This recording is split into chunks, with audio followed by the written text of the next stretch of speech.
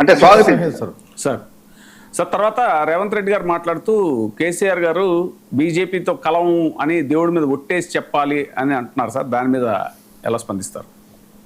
కేసీఆర్ గారు ఒక మాట అన్నారు అని అంటే ఆయన మాదిరిగా మాట అని దేవుళ్ళ మీద ఒట్లేసి తప్పించుకునే వ్యక్తి కాదు. ఆయన అనడానికి అర్హత లేదు రేవంత్ రెడ్డికి. ఎందుకంటే రుణమాఫీ విషయంలో ఈ రాష్ట్రంలో ఎంత మంది దేవుళ్ళు ఉన్నారో అన్ని దేవుళ్ళ మీద ప్రమాణం చేసిన వ్యక్తి.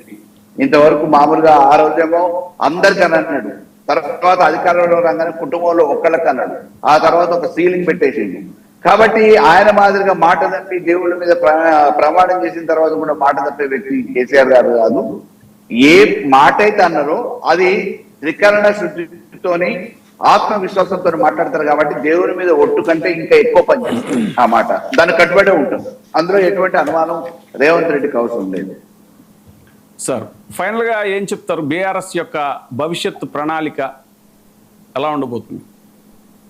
ఈ రాష్ట్రం బాగుండాలని, ఈ తెలంగాణ ప్రజలు బాగుండాలని, వలస బతుకులు మారాలని, ఇక్కడ ఉన్న ప్రజలకి అన్ని రకాల వనరులు అవకాశాలు ఉన్న తర్వాత వాటిని వినియోగించుకోవడంలో వివక్ష జరుగుతుందని చెప్పేసి ఆ రోజు ఉమ్మడి రాష్ట్రం నుంచి ప్రత్యేక రాష్ట్రంగా ఏర్పడితేనే ఈ తెలంగాణ ప్రజలకి లాభం, రైతాంగం బాగుపడుతుందని చెప్పేసి ఒక ఆశయంతో లక్ష్యంతో ఏది ఆశించకుండా 14 సంవత్సరాలు ప్రాణాలను తెగించి కొట్లాడి తెచ్చుకున్న తెలంగాణ అభివృద్ధి చేయాలనే లక్ష్యంతో అవకాశం ప్రజలిస్తే 9.5 సంవత్సరాలు ఒక ముఖ్యమంత్రిగా ఈ రాష్ట్రానికి అనేక రకాల సేవలు అందించి ఆర్థికంగా పురోభివృద్ధి ఈ రాష్ట్రాన్ని తీసుకొచ్చి దేశంలో అభివృద్ధి చెందుతున్న రాష్ట్రాలలో ఆర్థికంగా బలోపేతమైన చిన్న రాష్ట్రం, కొత్త రాష్ట్రంగా ఈ దేశాన్ని ఆదుకోవటానికి 4వ రాష్ట్రంగా అభివృద్ధి చేసిన ఈ తెలంగాణని కాపాడుకోవటానికి అనుక్షణం శ్వాస వరకు పోరాడతామని అన్నారు.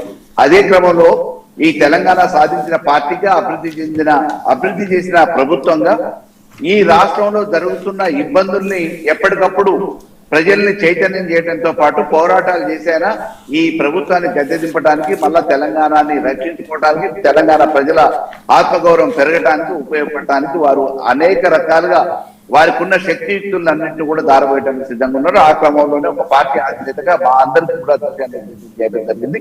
ఆ క్రమంలో రేపు రానున్న ఎన్నికలు ఏవి జరిగినా, అసెంబ్లీ ఎన్నికలు ఎప్పుడు జరిగినా అధికారం బీఆర్ఎస్, అందులో ఎటువంటి అనుమానం అవుతుంది. Thank you sir, thank you very much. లైవ్లోకి వచ్చి మీ అభిప్రాయం తెలియజేసినందుకు థ్యాంక్ యూ సార్. సార్ తర్వాత మరో టాపిక్, ఇక ఉభయ తెలుగు రాష్ట్రాల్లో